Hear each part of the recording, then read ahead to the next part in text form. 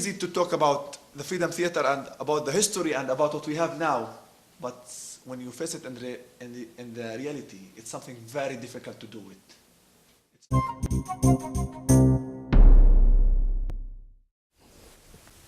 Hello, my name is Stanley Heller. Welcome to The Struggle. The Struggle is shown on 21 cable stations from Vermont to New York City, on the internet at thestruggle.org. As we broadcast, the totals who have been killed in the violence of Egypt is between 900 and 1,000. This since the Egyptian military regime opened up on the protest camps of the National Alliance seeking the return to power of Mohamed Morsi. Respected journalists describe one horror after another. The latest is the deaths of scores of prisoners inside a sealed van. Police threw tear gas into the van, killing between 36 and 52 people. The military regime wants to destroy not only the Muslim Brotherhood, but the revolution itself. The evidence is all around for anyone who would see it.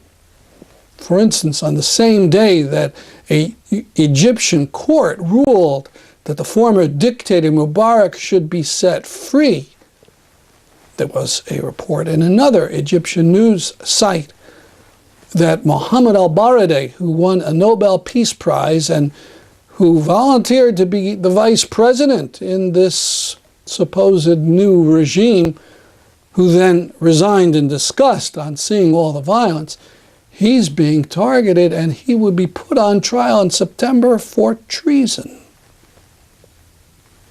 We begin our program with a demonstration in Hartford, Connecticut, of people calling for the Obama administration to stop sending $1 billion in aid to the military regime. Then to sections of a talk given earlier this year by members of the Jenin Freedom Theater. Jenin is a town, a city on the West Bank in Palestine, Israel. Finally, a press conference in Bridgeport, Connecticut by health and environmental groups that want to see the closing of Bridgeport's coal-powered energy plant. Coal particulates kill an estimated 13,000 people in the United States each year. We open in Hartford, Connecticut, at a protest of repression in Egypt. This is a banner our parent group created for the event. This cloud listen, I'm told that they think food stones I think that's something it's not obviously So, Mohammed, what do you hear about what's going on in Egypt? So we are very distraught and discouraged, especially in the last week, after the killing and massacring of hundreds of people in Egypt and injuring thousands and arresting thousands and other unlawful practices that was practiced by the Egyptian generals in Egypt. And do you have family still in Egypt? I do. My parents are there and a couple of sisters are still there, yes. The government claims it's going after terrorists. Unfortunately, that claim would be very hard in 2013 since most of the people, including us here in the United States, get our news through the social media and the different channels. So that claim was not clear because not true and false. For many reasons, I think it's actually sometimes it's ridiculous to go through these reasons, but the supporters and the Egyptian people in the streets were peaceful demonstrators. They had a political point of view, whether you agree with or not. They were not antagonizing anyone. They were not using force. There is no evidence until this moment that they use any weapons. They are pro-democracy. They wanted us to go back to the ballots that they used their freedom to use a year ago. So there's no evidence that they are terrorists. I think it's a claim, a well-known claim in the last 10 years, in the last decade, through worldwide, that the only way you suppress your oppressors by putting the terrorist flag on them, and then you just bomb them, unfortunately. And the numbers are huge. We're not talking about 100 people. We're talking about tens of thousands in the streets. True, true. Especially today, after the killing of hundreds, a lot of people from even those who were opposite to President Morsi, they went to the streets. So there are at least hundreds of thousands in different cities of Egypt. I wanted to get into that a little bit more.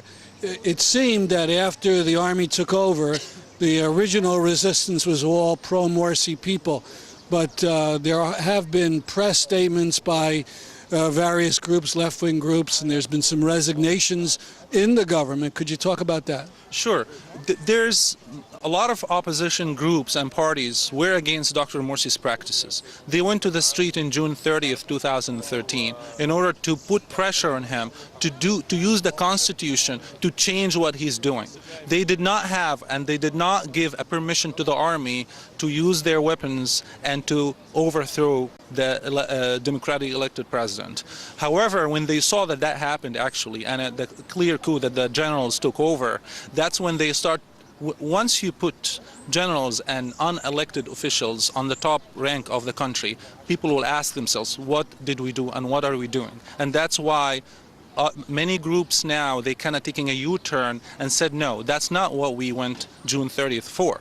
We went June 30th to have democracy, to make the President Morsi to use democracy and constitution to fix things, not to give power to the generals. So yes, a lot of opposition parties, and mainly the party of Dr. Abdel Fattah, who is leading a party that is called Strong Egypt, and Dr. El-Baradi, who is actually the official vice president of Egypt up until Wednesday evening, when he actually resigned from his post. And then I guess the most famous Egyptian for Americans would be Mohammed al-Baradei, who was in the government with the army and then just quit. He just resigned Wednesday evening, and one of the very interesting statements that he used in the resignation letter, I cannot put on my shoulder these decisions that I disagree with. I cannot allow the killing of the hundreds of people and innocent civilians of Egypt. That's what I'm quoting part of his long letter of resignation Wednesday evening. And he's a Nobel Peace Prize winner. Nobel Peace Prize winner. He was leading one of the most affluent organizations in the UN for 8 years here from the New York office. I can say some confusion sometimes. They did see the opposition growing against Dr. Morsi, but once you see dead bodies lined up in hallways of hospitals and burned bodies, most of the people empathize and sympathize with the victim as usual. Down, down, Sisi. Down, down, Sisi. Down, down, Sisi. Down, down, Sisi.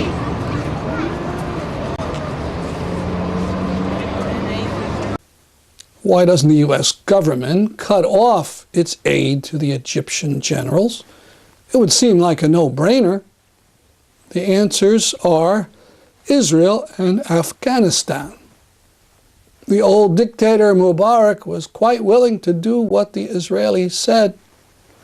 And the Times of Israel, in a recent article, said that the new number one, al-Sisi, had very good relations with Israeli intelligence and military. So when a resolution was put in Congress calling for the aid cutoff, Israel sent its AIPAC lobby down the halls with a demand that Congress crush the resolution, which it did. The other point is Afghanistan. The generals allow U.S. planes to overfly Egypt to resupply forces in the occupation of Afghanistan. If that wasn't allowed, all this would cost more money. So, how could the lives of a mere 50 million Egyptians matter compared to these so-called U.S. national interests? Jenin is a small city on the West Bank in Palestine, Israel. A few months ago, some of the actors of the Jenin Freedom Theater were at Central Connecticut State University giving some talks about their experiences. You know, I will not get a chance to study theater if no Freedom Theater. We were just watching the theater in TV. But when the Freedom Theater came or opened, we start to feel it's not only art. We are resistant. We start to talking about the cultural intifada. You know, we build the hope for the children. It's become bigger than more what we expect. It's become big responsibility also on us. And that's also motivate us to do an amazing play, to affect the people, to do a nice film. I hope if we can, you know, when I'm talking, I'm thirsty to show you our work just a little bit, you know, to see how the people work very hard to do this. And we're getting better, much better. You can't believe. Really, it's like the theater, it's a magic for the people. It's like this. Just one play or one strong production, maybe you will change the life for someone. I will tell you a story, you know, sorry for talking a lot, but this is, you know, this is something, I cannot miss it. The last play what we did, me and Roch, The Island, you know, it was the prisoners. We invite all the prisoners who was in the prison, in Palestine, in Israeli prison. Ex-prison. Yeah, ex-prison. It was full the theater. Our theater around 300 seats. All of them prisoners. And each one have 5 years, 6 years, some people they spend. There is a guy who spent 27 years in the prison. And they came to the theater. And me and him, we are, you know, very worried, because these people, they understand very well what it means to be in the cell. What it means to be 3 years, you are like this, just in the dark. We must give them the right feeling. We must give them the real emotion, what they face. And it was amazing. It was the opening of the play. It was very strong play, very strong opening. And you know, suddenly we are in the backstage, and there is some our friend. He came to us. He was crying. Really, I remember him. His name Muntasir. He said, really like this. He was crying. He said, you know the third scene in the play. This is me. This is me. Really, I was in this shit. You know, because when we are in the problem or when we face the difficulties, we are on it. We cannot see it. But when we take out to look on it, we can see it. We can feel more comfortable to talk about it. We can feel more strong to express it. Muntasir came to us. He said, "Oh, thank you. You know, there's the third scene. I was with my friend. His name Marcel. He's got 30 years in the prison, and I got 18 months. And then we hug each other, the same in the third scene in the play. And we left. And when he said that, it was, I felt sad because we cannot do anything. Because there's people in the prison, they are dying without reason, because they are a Palestinian or something. But at the same time, I felt proud. I give a gift to these prisoners. We give a gift to this community.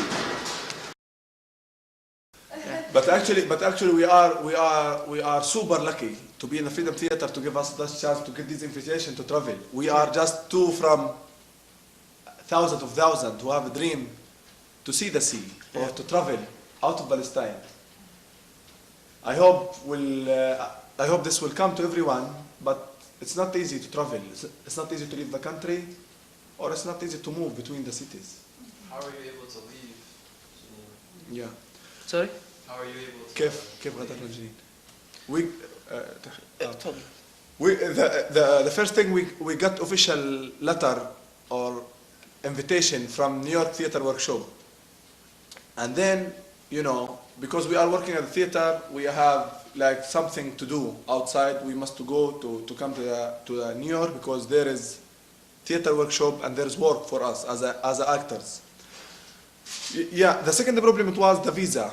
The American embassy, it's in Jerusalem, and it's not allowed to me as a Palestinian to enter Jerusalem to get the visa. I was going to say, you must have met some kind of Israeli opposition. Yeah. I letting you know I'm coming. It's not easy. We fight for this.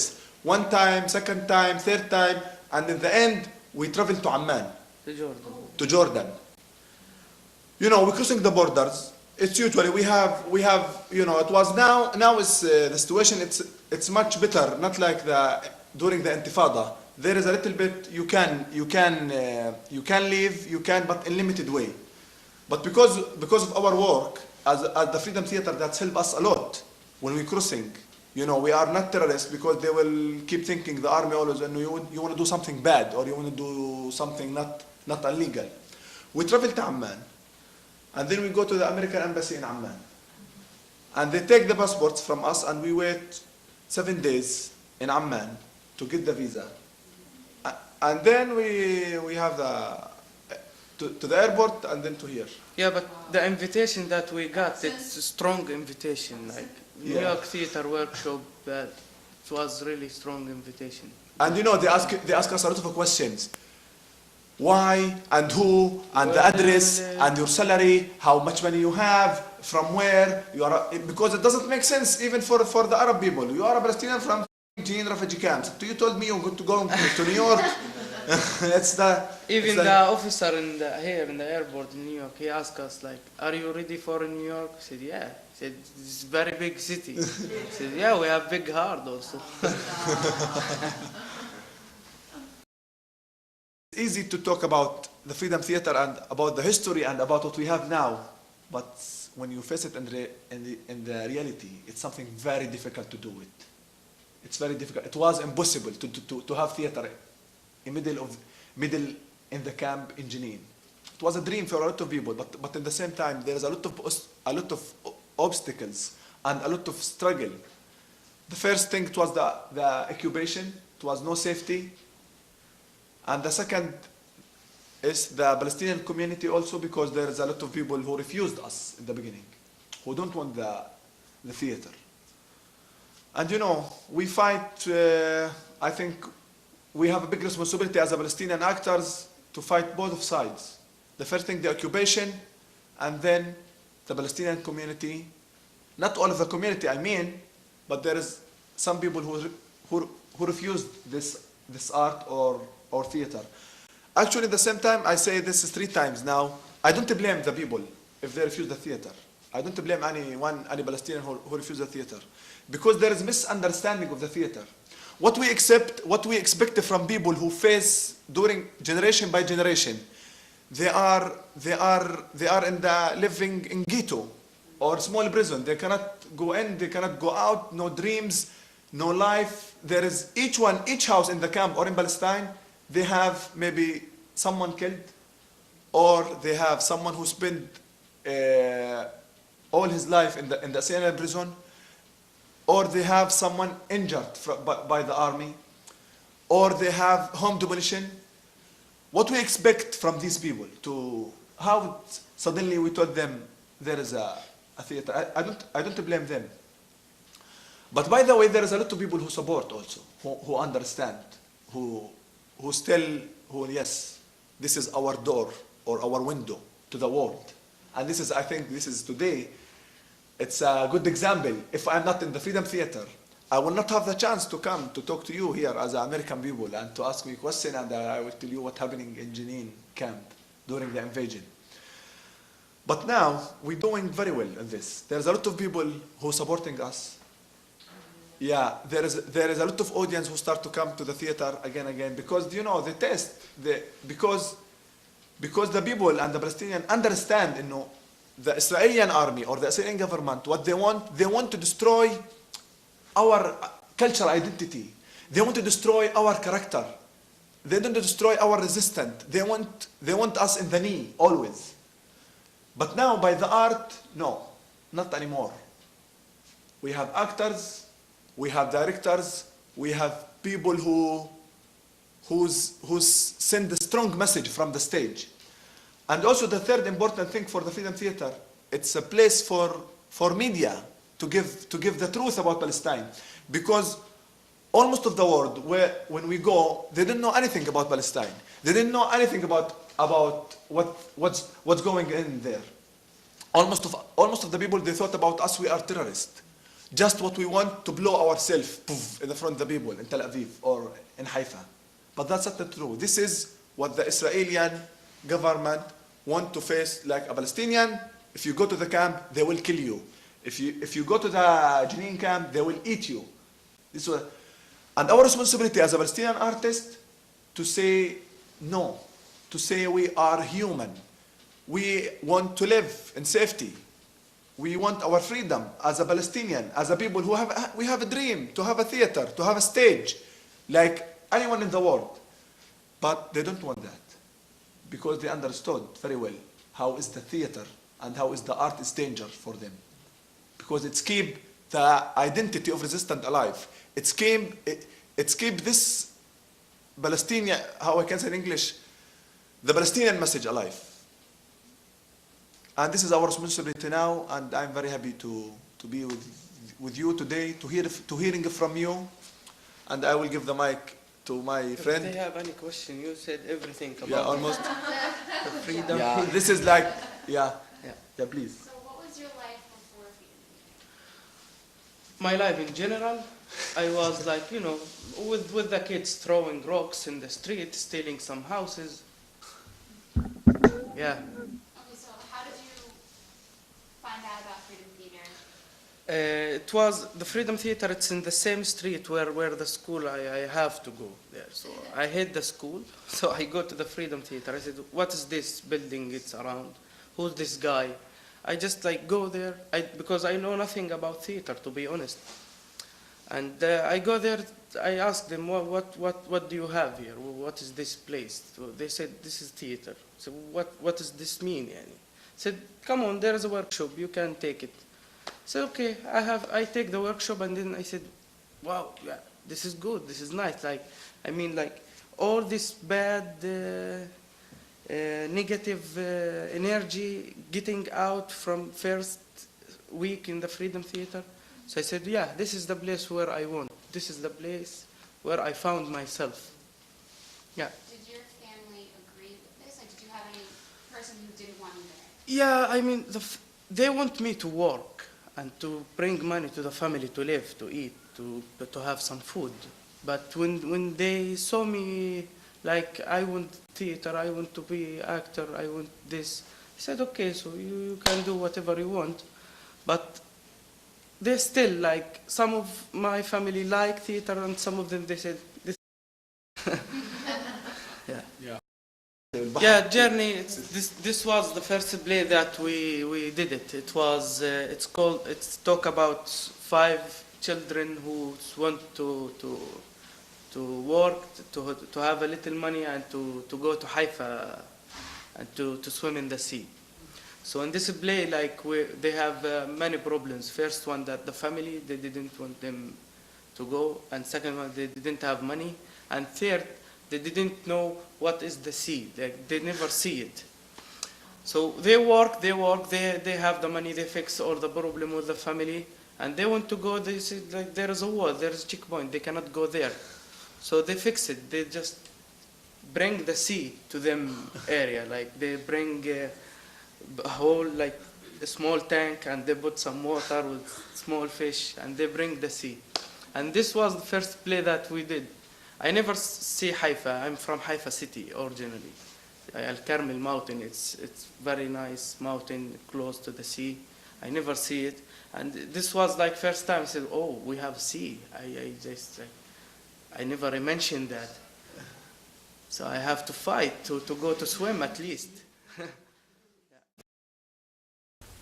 As we broadcast, word comes that a court has given California prison officials permission to force feed prisoners who are on hunger strike to protest long stretches in solitary confinement. We suggest that California celebrate by changing its flag from this one to a newer flag that would reflect the new reality. In Bridgeport, Connecticut, a demonstration of environmental groups who are calling for PSEG to close down the coal-burning power plant. I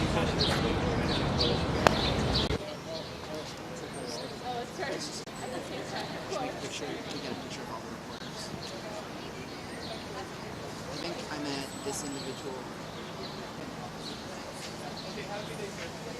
My name's Claire Miller, and I'm the State Director for Toxics Action Center. We're here today because PSEG needs to hear loud and clear that it's time to live up to their green promise and do right by Bridgeport. As I have become part of the Connecticut Healthy Alliance, I am faced with, because I am from the community and I've been living in this area for a while. I was telling Claire a little this morning from our meeting yesterday on how my dad died from cancer. My uncles died from cancer. I had a cousin that died from asthma. And if I had known then what I know now about this coal plant, maybe we could have done something about this. This community is dying fast with the different asthma and inflammatory illnesses that people face. We need to close this plant down. This should be a historical artifact. Yes. When it comes to heating our houses, when it comes to polluting our air, we should always find coal with the artifacts of earlier centuries. Our very next show is program 500. We're going to premiere it in the New Haven Library in downtown New Haven. And we invite you to watch it with us, 7 o'clock on the 11th of September. Come on down, view the program, enjoy some free refreshments and other treats. That's our program for today. See you next week at this time. I'm Stanley Heller, and this is The Struggle.